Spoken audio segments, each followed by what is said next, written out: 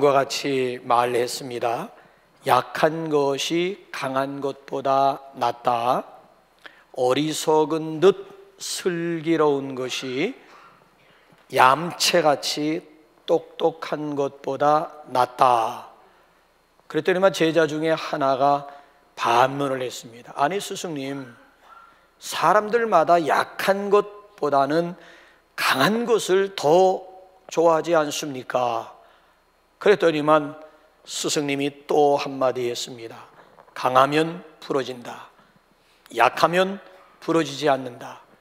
센 바람이 불 때에 큰 나무는 뿌리채 뽑히지만은 연약한 갈대는 휘어질지언정 부러지지 않는다. 그랬더니 제자가 고개를 끄덕거리면서 듣고 보니 공감이 갑니다. 하지만 똑똑한 사람이 어리석은 사람만 못하다라고 하는 것은 절대 수긍할 수 없습니다 라고 했더니만 끝으로 노자가 자기 제자에게 한마디 했습니다. 당연히 그렇게 생각할 것이다. 그러나 똑똑한 사람은 남들의 미움을 사게 되지만 어리석은 듯 슬기로운 사람은 남들이 다 좋아하느니라. 어떻습니까? 여러분들은 스스로 똑똑하다고 생각하십니까? 아니면 슬기롭다고 생각하십니까? 누가 슬기로운 사람 같습니까? 자, 한때 드라마 가운데 슬기로운 감방 생활이 인기를 끌자 그것이 끝나고 슬기로운 의사 생활이 나왔지요. 대박 터뜨렸어요. 그랬더니만 끝나고 후지기를 거쳐가지고 슬기로운 의사 생활 2탄이 나왔는데 그 역시 대박을 쳤어요. 그래서 그것이 끝나자 이제는 슬기로운 산천 생활로 이어지고 있습니다. 자, 우리는 지금 슬기로운 대강절 생활을 하고 있습니다. 누가 슬기로운 대강절을 보내고 있을까요? 아니, 어떻게 하면 마지막 한 주간이지만은 슬기로운 대강절 생활을 할 수가 있을까요? 그래서 저는 대강절 마지막 주간을 맞이해서 오늘 여기 본문 말씀을 중심으로 해서 슬기로운 대강절 생활 3가지를 함께 나누면서 한 주간 동안 우리 삶 가운데 적용거리 삼고자 합니다. 자, 슬기로운 대강절 생활 첫째는 위로하는 생활입니다. 본문 말씀 1절 한번 다시 확인할까요? 시작. 너희의 하나님이 이르시되 너희는 위로하라. 내 백성을 위로하라. 자, 고린도후서 1장 3절 보면 우리가 믿는 하나님은 모든 위로의 하나님. 자, 모든 위로의 하나님이 우리에게 위로를 부탁하고 있습니다. 어떻게 위로하라고 하는 얘기죠? 무슨 말 가지고 위로하라고 하는 것입니까? 혹시 여러분 가운데 옥탑방 문제아들이라고 하는 퀴즈 프로에 나온 그 문제 혹시 기억하시는 분 계실런지 모르겠어요. 귀갓길 지하철 승객들을 감동시켜가지고 큰 화제가 되었던 승무원의 안내 멘트 한마디가 있어요.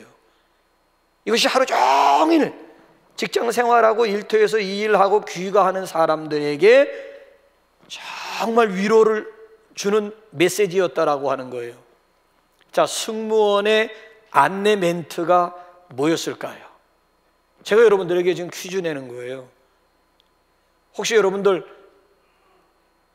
어떤 멘트를 날렸을 것 같아요? 승무원이 귀갓길에 있는 승객들, 파김치가 돼서 집으로 돌아가고 있는 승객들에게 마지막 남긴 그 멘트 한마디가 굉장히 아주 위로가 되고 힘이 되었다라고 하는 거예요. 그 멘트는 다른 것이 아닙니다. 힘들고 속상하신 게 있으시다면 제가 다 싣고 갈 테니까 열차에 모두 놓고 내리세요. 힘들고 속상한 것 있으시면 내가 싣고 가겠다는 거예요. 내가 싣고 갈 테니까 그거 다 놓고 내리세요. 정말 아주 요즘 같은 때에 참으로 위로가 되는 그런 멘트, 위로가 되는 한마디 아니겠습니까? 자, 하나님께서 내 백성을 위로하라 라고 하시면서 이런 멘트로, 이런 메시지 가지고 내 백성을 위로하라고 그랬어요. 어떤 멘트일까요? 2절 한번 보세요. 하나님께서 친절히 가르치 이렇게 위로하라는 거예요. 시작. 너희는 예루살렘의 마음에 닿도록 말하며 그것에게 외치라. 그 노역의 때가 끝났고 그 죄악이 사함을 받았느니라. 자, 이스라엘 백성들이 죄 때문에 팔려가게 되었어요. 포로로 잡혀가게 되었어요. 자, 그리고 기약이 없는 포로 생활, 노역을 하고 있어요. 지금 기약 없이 노역하고 있는, 포로 생활하고 있는 그 백성들에게 가장 위로가 되는 멘트, 가장 위로가 되는 메시지가 뭘 것 같습니까? 죄값으로 팔려갔다니까요. 그런데 내 죄 사함을 받았느니라. 포로의 기간이 끝났느니라. 자, 이제는 모든 노역을 마치고 다시 고국으로 돌아갈 수 있다라고 하는 이 멘트, 이것보다 더 위로가 되는 메시지가 있을까요? 오늘 저와 여러분들에게는 어떤 메시지, 어떤 멘트가 진정으로 위로가 될 것 같습니까? 아마 로마서 8장 1절 2절 아닐까요? 우리 한번 확인 한번 해볼까요? 시작. 그러므로 이제 그리스도 예수 안에 있는 자에게는 결코 정죄함이 없나니 이는 그리스도 예수 안에 있는 생명의 성령의 법이 죄와 사망의 법에서 너를 해방하였음이라. 죄와 사망의 법에서 너를 해방하였음이라. 아니, 이것처럼 우리에게 용기가 되고 힘이 되는, 아니 위로가 되는 그런 메시지가 있을까요? 자, 모든 인간들의 두려움의 근본적인 원인이 있어요. 모든 인간들이 두려워하는 근본적인 원인 두 가지가 뭐일 것 같아요? 죄 문제와 죽음 문제예요. 죄책감 때문에 괴롭고 죽을까 두렵고 무서운 거예요. 왜 백신을 맞으라 맞으라 하는데도 끝까지 백신을 안 맞을까요? 딱 한 가지, 죽을까 봐. 다른 이유 없어요. 백신 잘못 맞고 죽을까 봐. 그래서 지금 델타에 의해서 오미크론이라고 하는 변종 바이러스가 지금 창궐하고 있음에도 불구하고 끝까지 백신 1차, 2차, 저 같은 경우에는 지난 주간에 3차까지 다 맞췄는데 끝까지 맞지 못하는 이유가 뭐예요? 솔직하게 겁이 나는 거예요. 혹시 잘못될까 봐, 죽을까 봐. 그래서 남들은 다 맞았음에도 불구하고, 그래서 백신 패싱 한다라고 하니까 막 들고 백신 맞은 사람만 공공건물에 들어갈 수가 있고 음식점이라든지 카페라든지 백신 맞지 않은 사람들은 들어가지 못하게 할 것이다 라고 하니까 지금 반발을 일으키고 있는, 이제 교회당에도 그걸 적용한다는 거예요. 앞으로 이 패싱이라고 하는 것이 일반 식당이라든지 무슨 공공장소만이 아니고 교회에도 이것을 적용하게 될 것이다. 그래서 예배당에도 이제 백신 맞지 않은 사람은 들어오지 못하도록 하겠다라고 하는 것이 방침이에요. 그래서 미리 예고, 교회마다 다 지금 예고를 지금, 그래서 그분들을, 그래서 백신 맞지 않은 분들을 어떻게 또 예배하게 만들 수 있을까? 이게 지금 우리의 이제 고민거리고 이제 이거에 이제 우리가 해결해야 될 또 한 가지 이제 숙제거리로 다가오고 있거든요. 그래, 이 문제는 뭔가 하면 사람이 살면서 죄 문제 해결할 수가 있고 죽음 문제만 해결하면 그야말로 천하무적자가 따로 없는 거야. 보세요. 죄 문제 해결했겠다. 나는 죽음 문제까지 해결했겠다. 뭐 두려울 것이 뭐가 있겠느냐라고 하는 얘기예요. 두려울 것이 없는 거예요. 자, 그래서 오늘 여기 본문 말씀도 보게 되면은, 그래서 이스라엘 백성들을, 내 백성을 좀 위로해다오. 위로할 때 마음에 와 닿는 위로를 하라는 거예요. 괜히 그냥 내뱉는 그런 거 말고, 그냥 마음에도 없는, 영혼 없는 말들 말고 정말 이스라엘 백성들 마음에 와 닿는, 이걸 옛날 성경을 보면 정다이 말, 마음에 와 닿는 위로를, 내 죄 사함을 받았느니라. 이제는 복역의 때가 끝나고 노역의 때가 끝나서 다시 너희들이 고국에 돌아갈 것이니라 라고 하면서 위로해달라고 하는 거예요. 자, 그래서 이런 근본적인 죄 문제와 죽음의 문제를 해결하기 위해서 인간들이 얼마나 몸부림을 쳐왔는지 몰라요.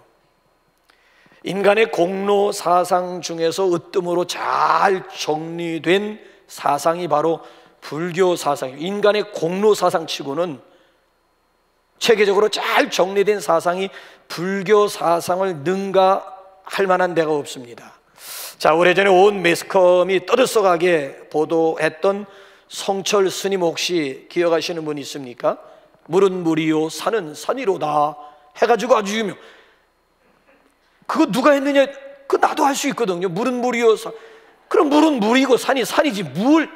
근데 성철 스님이 그 말을 했다고 해가지고 물은 물이요 산은 산이로다. 근데 이분의 일대기를 보게 되면요, 한마디로 얼마나 지독한 고행을 하신 분인지 몰라요. 결혼한 직후 처자식을 버리고 출가를 했어요. 부모님이 만나보러 왔는데도 수행에 방해가 된다고 해서 만나주질 않았어요. 그리고 아예 당신이 사는 집에 철조망을 쳐가지고 10년 동안 사람들로 하여금 가까이 접근하는 것을 막았어요. 수행에 방해가 된다는 거야. 10년 동안. 더군다나 16년 동안이나 솔잎가루와 쌀가루만 먹고 16년을 살았다는 거예요.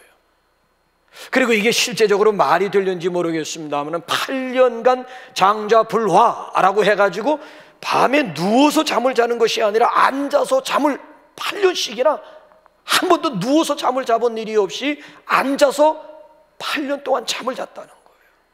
그러니까 이 고행이나 수행치고 이보다 더한 분이 세상에 어디 있어요? 말이 16년이고 말이 10년이고 말이 8년이지 이게 사람으로서 할 수 있는 일이겠습니까? 그런데 이분이 죽기 전에 이런 말을 남겼습니다. 성철 스님 열반송에 보게 되면은 내 죄는 수미산보다 높고 바다보다 깊은데 내 어찌 감당하랴? 내가 80년 동안 포교한 것은 헛것이로다. 우리는 구원이 없다. 죄값을 해결할 자가 없기 때문이다. 그리고 딸 필희와는 54년 동안 절교를 했어요. 딸과 필희와 54년 동안 절교를 했는데 죽음을 눈앞에 두고 딸과 극적인 상봉이 이루어졌는데 그 딸을 향해서 마지막으로 남긴 말이 이렇습니다. 필희야, 내가 잘못했다. 내 인생을 잘못 선택했다. 지옥이 나를 부르는구나. 천갈래 만갈래 지옥으로 나는 떨어지게 되었구나. 이 말이에요. 여러분, 충격적이지 않습니까? 평생을 수행을 쌓고 평생 고행하면서 많은 사람들이 존경하는 와 하면서 존경하는 그분의 마지막 고백이 지옥이 나를 부르는구나. 우리는 구원이 없다. 죄값을 대신할 사람이 없다라고 하는 거예요. 그러니까 이것처럼 충격적인 말, 아니 이것처럼 황당한 일이 세상에 어디에 있겠습니까? 그런데 우리 인간의 죄 문제를 해결하기 위해서 육신을 입고 이 세상에 오셨던 우리 예수님의 마지막 최후의 선언, 최후의 외침이 뭐예요? 십자가상에서 테텔레스타이, 다 이루었노라, 승리의 외침 아닙니까? 그분을 누구보다도 본받는 삶을 살았던 사도 바울의 최후 고백은 또 뭐예요? 복음을 전하다가 결국 복음 때문에 감옥에 갇히게 되고 그로 인해서 옥사를 당했던 사도 바울의 마지막 고백이 뭐예요? 자, 우리 한번 옥중서신으로 가서 빌립보서 한번 2장 17절 18절 우리 한번 다 같이 한번 보실래요? 시작. 만일 너희 믿음의 제물과 섬김 위에 내가 나를 전제로 드릴지라도 나는 기뻐하고 너희 무리와 함께 기뻐하리니 이와 같이 너희도 기뻐하고 나와 함께 기뻐하라. 내가 나를 전제로 드릴지라도. 전제가 뭐예요? 짐승을 하나님 앞에 제사 드리기 전에 먼저 피를 받아가지고 그 피를 제단에 뿌리는 의식을 전제라고 얘기를 하는 거예요. 짐승을 전제로 드린다는 것이 아니라 내 자신을 하나님 앞에 전제로 드릴지라도 나는 기뻐하리라. 너희도 나와 함께 기뻐하라. 그냥 기꺼이 자기 자신이 순교의 제물이 되고 있음에 대해서 억울해하지 않고 오히려 기쁨으로 받아들일 수 있었던 이유가 어디에 있을까요? 빌립보서 3장에 보면 그는 이미 하늘나라 시민권자가 되었다라고 하는 거예요. 자신의 죄 문제와 자신의 죽음 문제를 해결했기 때문에 가능한 외침, 가능한 선언 아니겠습니까? 이제 후로는 나를 위하여 의의 면류관이 예비되었으므로, 이게 사도 바울의 유언 서신이었던 디모데후서 4장에 나와 있는 말씀이잖아요. 이제 후로는 나를 위하여 의의 면류관이 예비되었다라고 하는 확신이 있었기 때문에 얼마든지 기꺼이 순교의 제물이 됨에도 불구하고 억울해하면서 이를 갈면서 죽었다는 얘기가 아니라 기뻐하면서, 오히려 자유인 우리를 향해 가지고 너희도 나와 함께 기뻐해달라고 하면서 기쁨의 순교 제물이 되었다라고 하는 이야기예요. 마찬가지로 우리가 지은 모든 죄를 예수님이 다 해결해 주셨다라고 하는 이 확신이 얼마나 중요한지 몰라요. 이제 저는 여러분들에게 한번 묻고 싶어요. 여러분들의 죄 문제와 죽음 문제들 어떻게 해결하셨습니까? 여러분들에게서 최고의 복음, 아니면 기쁜 소식이라고 하는 게 뭐예요? 내 죄 사함을 받았느니라, 사망에서 생명으로 옮겼느니라. 아니, 이것보다 더 기쁜 소식이 어디 있고, 이것보다 우리의 마음에 위로를 주는 소망이 여러분 어디에 있겠어요? 그래서 구원받은 저와 여러분들을 향해서 오늘 하나님께서 이사야를 통해서 주시는 메시지가 뭡니까? 자, 우리의 사명이 뭐예요? 자, 우리 한번 다시 한번 우리 고린도후서 1장 4절 6절 한번 다 같이 한번 읽어볼까요? 시작. 우리의 모든 환난 중에서 우리를 위로하사 우리로 하여금 하나님께 받은 위로로서 모든 환난 중에 있는 자들을 능히 위로하게 하시는, 우리를 위로하사 우리로 하여금 환난 중에 있는 자들을 위로하게 하시는 하나님. 자, 6절로 한번 넘어가 보세요. 시작. 우리가 환난 당하는 것도 너희가 위로와 구원을 받게 하려는 것이요, 우리가 위로를 받는 것도 너희가 위로를 받게 하려는 것이니, 이 위로가 너희 속에 역사하여 우리가 받는 것 같은 고난을 너희도 견디게 하느니라. 우리가 위로받는 이유와 목적이 뭐예요? 상대방의 위로를 위함. 우리가 위로받는 것도 너희의 위로를 위함. 그러니까 하나님께서 오늘도 저와 여러분들을 위로의 통로로 쓰시겠다는 거예요. 그러니까 저와 여러분들은 위로의 유통업자예요. 그래서 오늘 여기 본문 말씀을 보게 되면 너희는 위로하라, 내 백성을 위로하라. 우리가 이미 하나님으로부터 위로를 경험했듯이 또 우리가 또 다른 사람을 위로해야 할 책임이 있고 사명이 있다는 거예요. 고기도 먹어본 사람이 먹는다는 말이 있듯이 위로도 아무나 하는 게 아니에요. 위로부터, 하나님으로부터 위로를 경험한 사람이 어떻게 상대방을 위로할 줄 안되니까요. 근데 위로를 경험해보지 못한 사람은 위로한 냅시고 또 상처를 주는 경우가 굉장히 많이 있어요. 그래서 우리는 위로받고 위로하는 위로의 통로자들입니다. 101가지 이야기라고 하는 책 혹시 보셨나요? 한때 이것도 베스트셀러예요. 101가지 이야기. 거기 보게 되면 미국 인디아나주 한 촌에 살고 있는 15살 소년이 뇌종양 걸려가지고 그리고 항암 치료 받는 이야기가 소개가 돼요. 항암 치료 받아보신 분들은 아시겠습니다만은 약물이 얼마나 독한지 머리가 다 빠져요. 하나도 남지 않고 다 빠져요. 그러니까 이 사춘기 소년은 고통도, 질병으로 인한 고통도 고통이지만은 머리가 다 빠지다 보니까 창피해가지고 학교를 갈 수가 없는 거야. 그러니까 그 반에 있는 친구들이 그 소식을 듣고는 모두가 자진해가지고 삭발에 동참을 합니다. 그 반의 아이들이 전부 머리를 팍팍 밀어버린 거야. 그러니까 이 소년은 그 어떤 말보다도 오히려 그들의 그 모습을 통해 가지고 이 소년, 15살 먹은 소년이 위로를 받게 되고 용기를 얻어서 학교에 나가게 되었다라고 하는 거예요. 그러니까 때로는 우리의 따뜻한 말 한마디가 상대방에게 결정적인 순간에 위로가 될 수도 있지만은 때로는 우리의 모습, 우리의 행위 하나를 통해서도 상대방에게 큰 위로가 될 수가 있다는 거예요. 하나님께서 인간이 되어 말구에 태어나신 성탄절 이야기가 바로 그 이야기가 됩니다. 위로 중에 위로는 예수님이 인간의 몸을 입고 이 세상에 오신 성탄절 사건임을 믿으시기 바랍니다.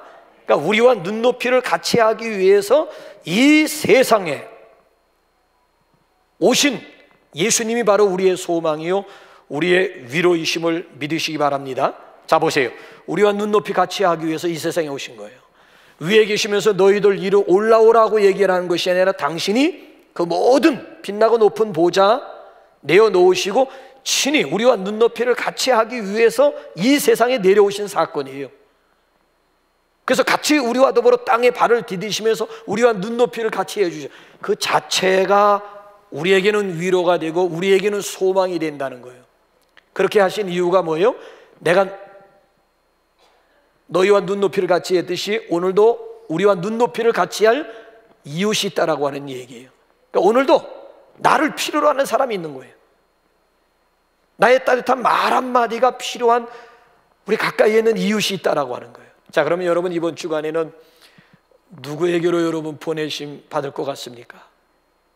오늘 여러분들의 따뜻한 기도하면서 마음 담긴 문자 한마디, 아니면 전화 하나, 아니면 카페로 좀 불러내가지고 같이 대화하면서 상대방의 마음을 만져줄 수 있는 그 대상, 누구일 것 같아요? 이게 바로 슬기로운 대강절 생활 가운데 첫 번째예요. 자, 그런가 하면 두 번째로는 회개하는 생활이에요. 자, 우리 한번 3절 4절 또 한번 읽어보실까요? 시작. 외치는 자의 소리여 이르되 너희는 광야에서 여호와의 길을 예비하라. 사막에서 우리 하나님의 대로를 평탄하게 하라. 골짜기마다 도두어지며 산마다 언덕마다 낮아지며 고르지 아니한 곳이 평탄하게 되며 험한 곳이 평지가 될 것이며. 자, 대강절이라고 하는 것은 여호와의 길을 예비하고 하나님의 대로를 평탄하게 하는 시간들이에요. 그러니까 어떻게 예비하고 어떻게 평탄하게 할 것이냐, 어떻게 왕 대신 예수님께서 오시는 길을 우리가 닦을 수가 있느냐라고 하는 질문이에요. 어떻게 하라고 그랬어요? 우선 골짜기가 있잖아요. 골짜기는 메우라고 하는 거, 메우라고 하는 거고, 높은 산, 높은 언덕은 깎아서 낮아지게 해서 평탄, 평지가 되게 하라는 거예요. 그래서 다른 번역 성경 보게 되면 고속도로를 만들어야 된다는 거예요. 그래야지 왕 대신 예수님이 그 길로 달려 오실 수가, 내 안에 들어오실 수 있고 내 삶 한가운데 들어오기 위해서는 내 앞에 높은 산이 있고 깊은 골짜기가 있다는 거예요. 이게 장애가 된다는 거예요. 예수님이 나에게 달려오시는 데 있어서 그래서 평탄하게 만들고 평지가 되게 하라. 그래서 평지 되게 하라고 하는 것을 다른 번역 성경에서는 고속도로를 닦으라고 그랬어요. 고속도로. 마음이 고속도로를 닦으라고 하는 거예요. 그래서 오늘 예비, 여호와의 오실 길을 예비하라. 이 예비하라라고 하는 것이 히브리어로 파나라고 하는 말인데, 이 파나라고 하는 말의 어원적인 뜻은 되돌리다 라고 하는 뜻이에요.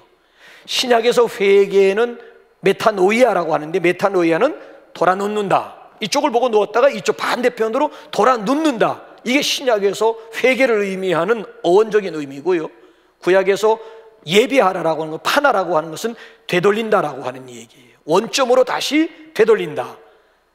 그래서 탕자가 회개했다라고 하는 것은 아버지의 곁을 떠나갔다 다시 아버지의 곁으로 돌아오는 그 행위 자체를 두고 회개라고 표현을 하고 있는 거예요.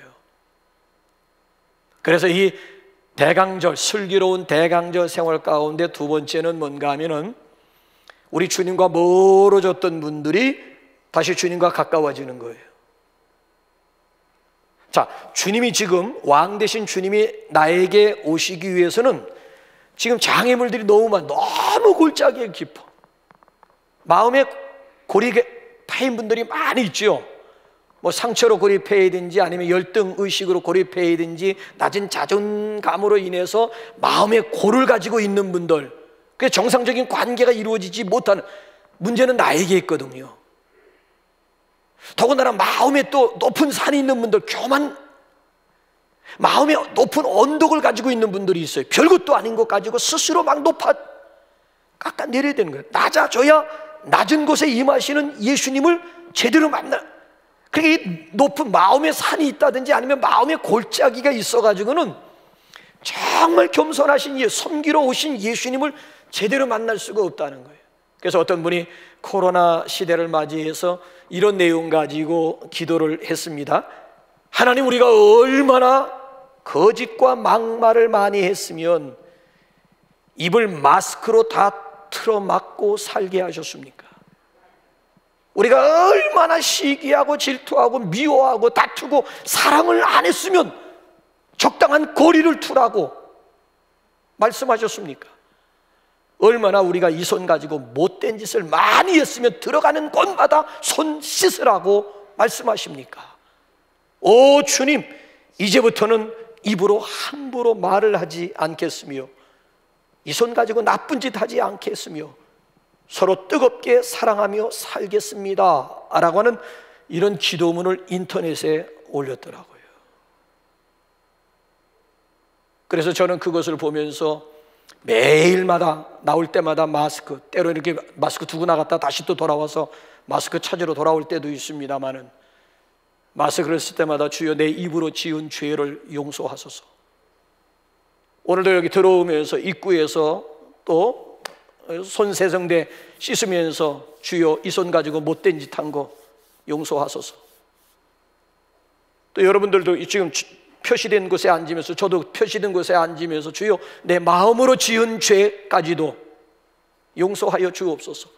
그 기도문을 보면서 저도 매일같이 마스크 쓰고 매일같이 손 씻고 매일같이 거리감을 두는 이런 자리에 앉으면서도 그 자체가 기도가 되더라고요. 여러분은 우리 주님을 영접할 마음의 하이웨이, 고속도로를 준비하셨습니까? 어떻게 주님, 왕 되신 주님이 시원스럽게 우리가 닦은 마음의 고속도로 위를 달려서 나에게로 다가오실 수가 있겠습니까? 여러분 마음속에 패인 게 뭐예요? 골짜기가 뭐예요? 여러분 마음속에 산봉우리가 뭐예요? 언덕, 높은 낮은 곳에 오신 예수님을 만나기에 불편한 높은 언덕이라고 하는 게 뭐예요? 그래서 우리 한번 이번 주간에 또 우리 슬기로운 대강절 생활을 마지막으로 우리가 보내기 위해서 내 마음속에 패인 골짜기가 뭔지, 눈에 보이지 않는 높은 교만의 봉우리들이 무엇인지 깎아내리고 메우는 그런 한 주간이 될 수 있기를 주님의 이름으로 축원합니다. 자, 그런가 하면 마지막 세 번째로는 슬기로운 대강절 생활, 마지막 세 번째로는 공동체 생활입니다. 자, 우리 한번 끝으로 5절 우리 한번 다 같이 한번 읽어볼까요? 시작. 여호와의 영광이 나타나고 모든 육체가 그것을 함께 보리라. 이는 여호와의 입이 말씀하여. 우리를 향한 하나님의 기대가 뭐예요? 모든 육체가 그것을 함께 보는 거예요. 뭐를? 여호와의 영광.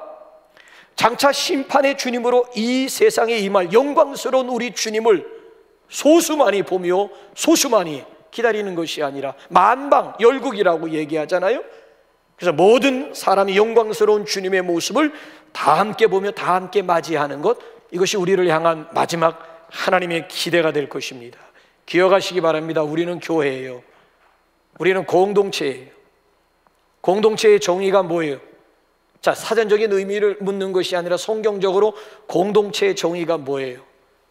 자, 우리 한번 다시 한번 우리 한번 고린도전서 12장 26절 27절 한번 볼까요? 시작. 만일 한 지체가 고통받으면 모든 지체가 함께 고통을 받고 한 지체가 영광을 얻으면 모든 지체가 함께 즐거워하느니라. 너희는 그리스도의 몸이요 지체의 각 부분이라. 공동체가 뭐예요? 지체의식이에요. 지체의식. 과연 내 마음속에 지체의식을 가지고 있느냐 이거. 요즘 사회 풍조는 상대방의 불행이 곧 나의 행복이 되고 있는 이런 현실, 이런 세상 가운데서 과연 상대방의 불행이 나의 행복이 아니고 상대방의 불행이 곧 내 행복임을, 내 불행임을 받아들이고 있느냐 이거. 상대방의 행복이 나의 행복이고 상대방의 불행이 곧 내 불행이 되고 있느냐라고 하는 거예요.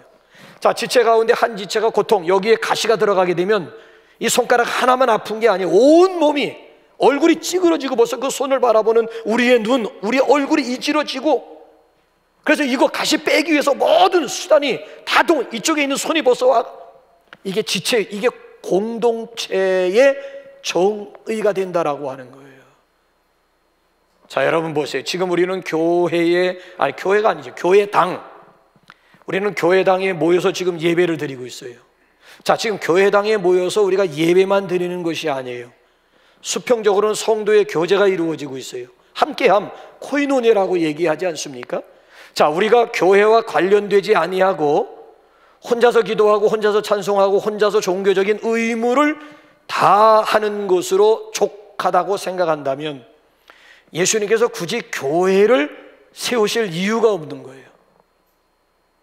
우리가 천상, 천하, 유아, 독존식으로 신앙 생활을 할 것 같으면 예수님이 우리를 교회로 부르실 이유가 없는 거예요.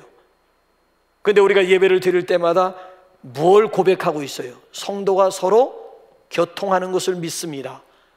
자, 개정판에서는 성도가 서로 교제하는 것을 자, 수직적으로 하나님 앞에 예배 드리면서 우리가 신앙을 고백할 때에는 수직적인 고백만 있는 것이 아니에요. 창조주 하나님으로만 고백하는 것이 아니라 그 중간 내용 보게 되면 수평적인 교제가 있는 거예요.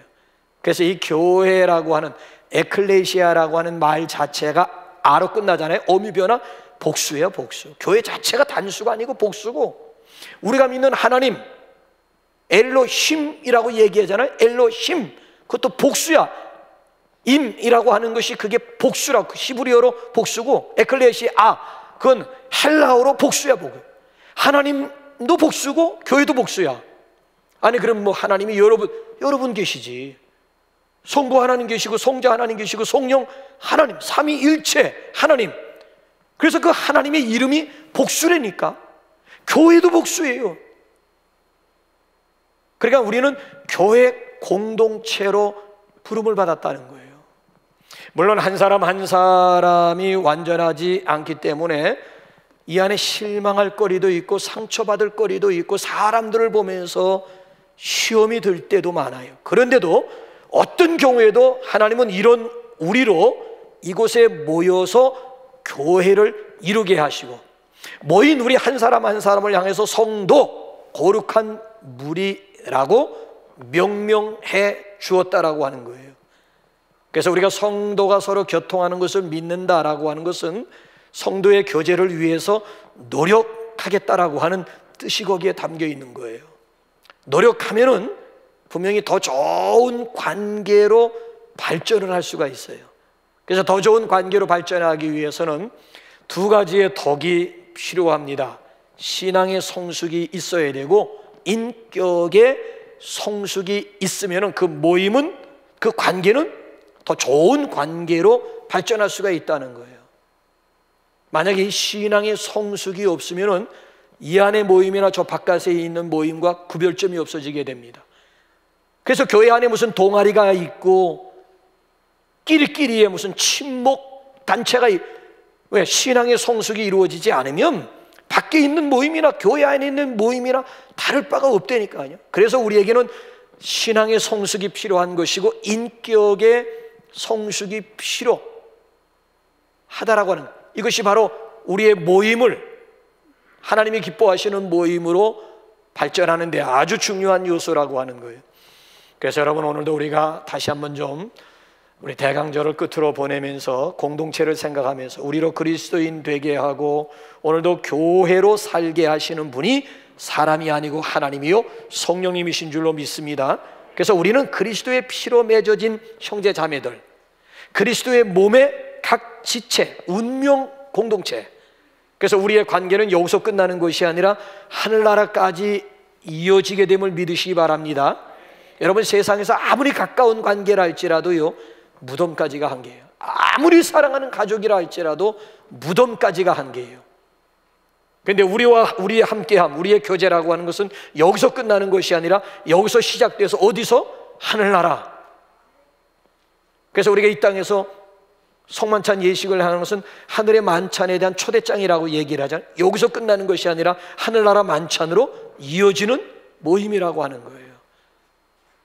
그래서 끝으로 사도 바울이 우리에게 뭘 권고하는가 하면, 정말 우리가 공동체 의식이 살아있다면 이런 삶을 살아다오 하면서 부탁을 하고 있어요.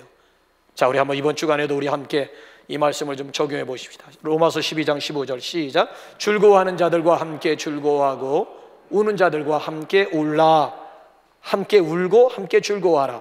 자, 갈라디아서 6장 2절 시작. 너희가 짐을 서로 지라. 그리하여 그리스도의 법을 성취하라. 자, 무거운 짐을 서로 나누어 지게 되면 얼마든지 감당할 수 있어요. 기쁨을 함께 나누면 그 기쁨은 점점 배가가 돼요. 슬픔을 함께 나누면 그 슬픔은 반감이 되어서 얼마든지 극복할 수가 있어요. 그래서 슬픔 당한 곳에 많은 사람들이 가잖아요. 유족들이 힘을 얻어가지고 그 슬픔을 쉽게 극복할 수가 있어요. 무거운 짐 서로 조금 백지장도 맞들면 낫다고 조금씩 서로 나누어지면 얼마든지 감당할 수가 있다는 거예요. 그래서 바라기는 우리 한 사람 한 사람 우리 공동체에서 낙오됨이 없이 모두가 장차 우리 영광 가운데 구름 타고 재림하실 우리 주님을 대망하면서 우리 함께 다 우리 공중으로 들림받는 우리 구별된 우리 남부 공동체가 될 수 있기를 주님의 이름으로 축복합니다. 우리 이 시간 우리 준비한 예물 하나님 앞에